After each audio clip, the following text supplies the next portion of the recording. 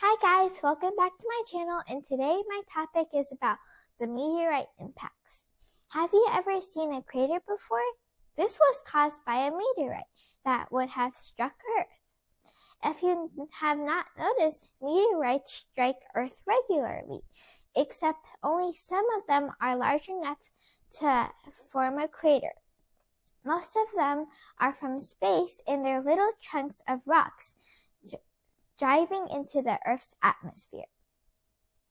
First, I'm going to talk about the causes of the impacts.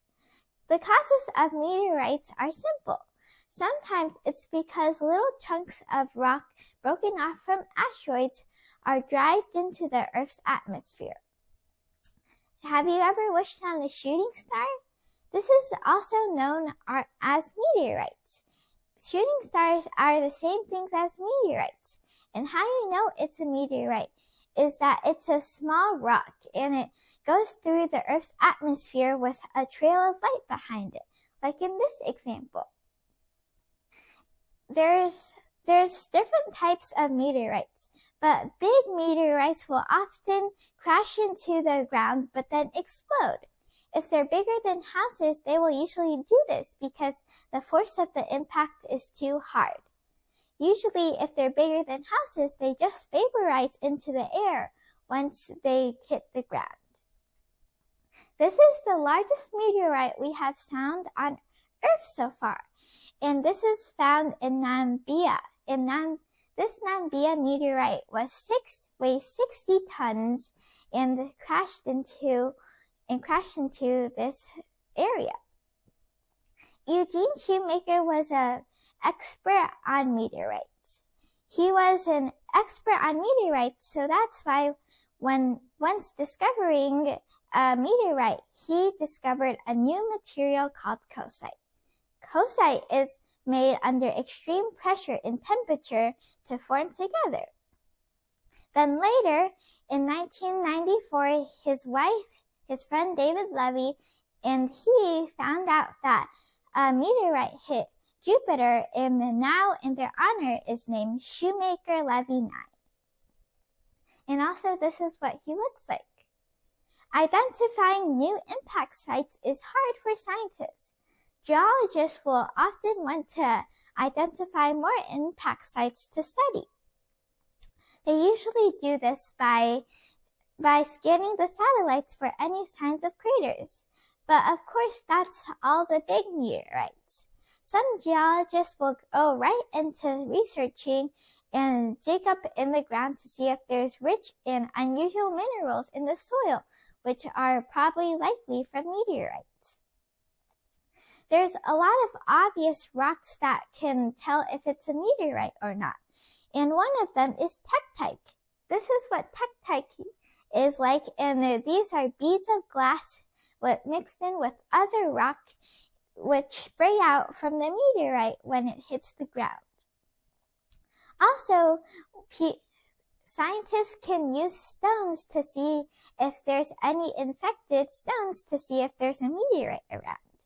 This is a picture of shocked quartz, and shocked quartz is different from normal quartz because this picture or example shows when a meteorite hits the ground so hard it shocks the quartz, which means it creates layers on it. So that's how scientists identify these impact sites. These are some examples of craters. This one is in Wolf Creek, Australia, and you can see the piles of debris or white debris in the middle. And this one, it's in Arizona, and this is called the meteor crater. This crater happened 50,000 years ago and is one of the most recent significant craters we have found on Earth. You can see all the surfaces are smooth with smooth edges and a smooth middle, unlike this one. This is because there are different types of craters. When a crater hits the ground, eventually hot ash or particles will stream out of it. The breccia is what is in the middle, or the remaining material in the middle of the crater. The ejecta is the material surrounding the crater that was formed by the meteorite. Meteorites are separated into two types. One is the simple crater and the other is the complex crater.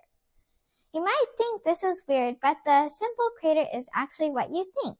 It's just this flat surface with a round hole with no ridges, like in this picture.